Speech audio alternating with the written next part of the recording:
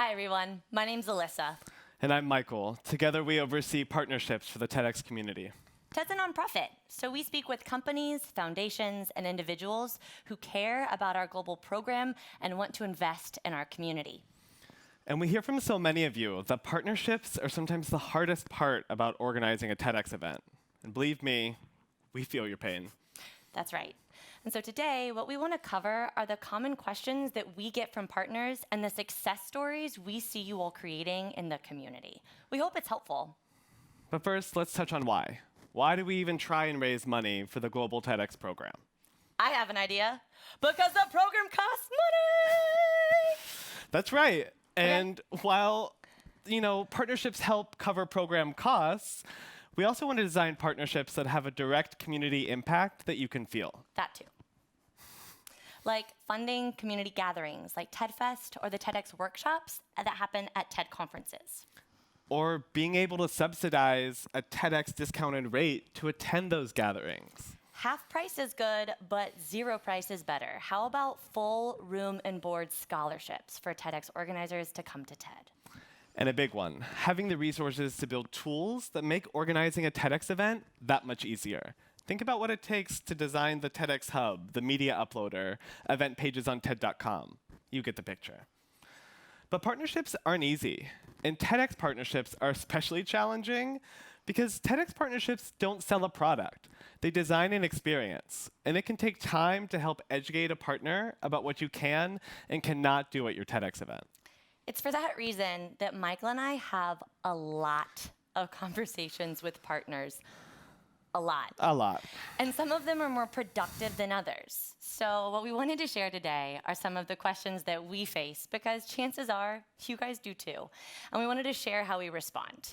Here are a few of the top questions we get from organizations looking to partner with the TEDx community. Bear with us. We're going to be a little bit cheesy. I'm going to be the partner. So Michael, we're getting really excited about partnering at the TEDx event, and we're thinking more about the stage time and wondering where our brand is going to be on stage and when our company representative gets to come up on the red dot and say a few words. Normally event sponsorships are just about that, having a representative on stage and seeing your logo everywhere. But TEDx partnerships are different. Your brand actually can't be on the stage because the TEDx stage is dedicated to our mission of ideas worth spreading. From the stage, our hosts will thank you and our other partners. But the time for your brand to shine is really in between speaker sessions and outside of the theater. But let's think about what that could look like. So let's break this down. The partner heard that TED is dedicated to its mission of ideas worth spreading and has a lot of integrity around that mission. The partner was specifically called out and made attention to where their brand couldn't be, but Michael specifically said where their brand could be, and he wanted to collaborate with that on together. Okay, I'll play the partner this time. All right, so we can't be on stage. How will our brand be seen? If we don't get the stage, what do we get? There are lots of options. So here's a map of our venue, and on there, I've highlighted spaces where your partner brand can come to life. Think about the rooms that we have on this site. That's room for installation, galleries, exhibits, and that's just inside the venue. Outside the venue, there are lots of other sponsorship opportunities. I'm curious to hear if you're more interested in building relationships with thought leaders. If so, we could do a curated roundtable discussion. Or if it's more about the speakers and other partners, you could be the presenting partner of our speaker partner dinner. And we haven't even talked about digital. So Alyssa's answer helped the partner dream about all the other spaces and places at your TEDx event that their brand can be activated. And it wasn't about the theater. Okay, last time. I think I'm getting it, but we're in a really tough spot this year, and my boss is definitely going to ask me what sort of investment this is and what sort of return on investment we're getting. So how should I answer that question? Love that question. At our TEDx event, we really know what we're offering a partner. We're offering you our audience. And this audience is the most engaged, civic-minded, innovative audience you're going to find in this market.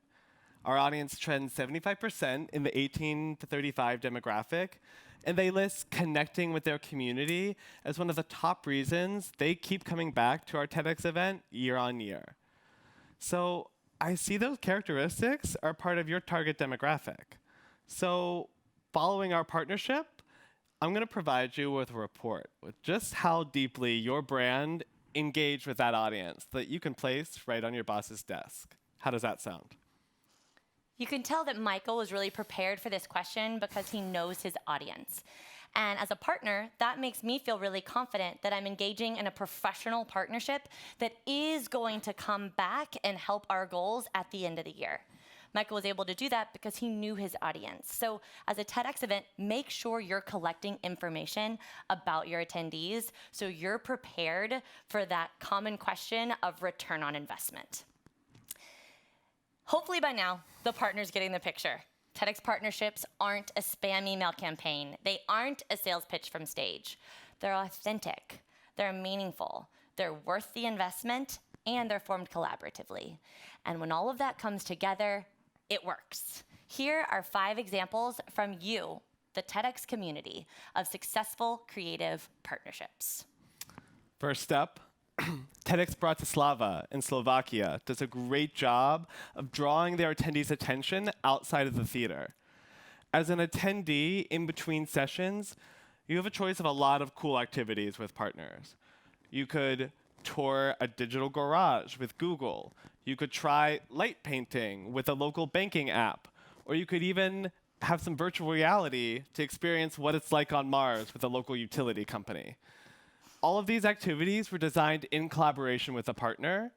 And the bottom line, think beyond that standard event partner activation booth. Make the best of the breaks. I want to go to Mars. All right.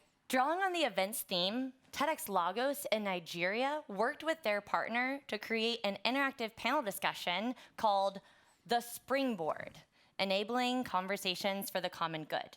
This panel was actually bringing people together to think about the community development and the sustainable practices that would be needed to envision a better future for Nigeria.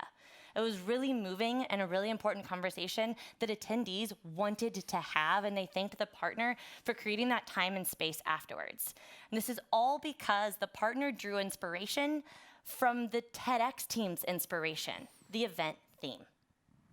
Or for a step in another direction, Tedx Porto in Portugal worked with a local artisan to design this pair of differently colored shoes to help change the public's perception about what's normal.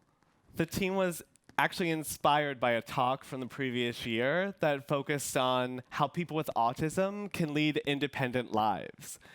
And it's storytelling like this, with engaging, eye-catching event elements, that can be exactly the story an event partner would want to help tell. And now let's talk about beyond event day. Tedx Adventures are curated experiences that TEDx teams can engage their community in all year long. TEDx Rosario in Argentina refers to them as experiences with a capital X. They have conversations with their local partner about the types of activities they can invite their community to that will help the brand come to life and be something that their attendees will remember. So they've taken the shape of bike polo, vermouth tasting, cooking classes, and many more. There's more information about TEDx Adventures on TED.com and the TEDx Hub. I encourage you to check it out. And if you haven't listened to Dimitri Gunn's episode of Solving for X, the podcast for TEDx organizers, here's the big takeaway. Consider doing away with those traditional event sponsorship levels and create real community with your partners. At TEDx Cambridge in the US, event partners pay a flat membership rate, and in return for the standard event benefits like VIP passes and brand recognition, they also get real community with their partners. They receive networking opportunities and facilitated introductions to like-minded peer organizations. And partners say this is a big value to them. So don't undervalue what you have with your event and the network it can provide to partners. Bottom line, TEDx events are very valuable, and there are many ways to communicate that value to your partners. We're in this together. We know it's hard. We know you get told no quite a bit, but there are many yeses. So keep working and share the challenges that you're facing, the creative partnerships that you're forging, and hopefully the new ideas you're dreaming up on both the TEDx Hub and in the Facebook group. Thank you.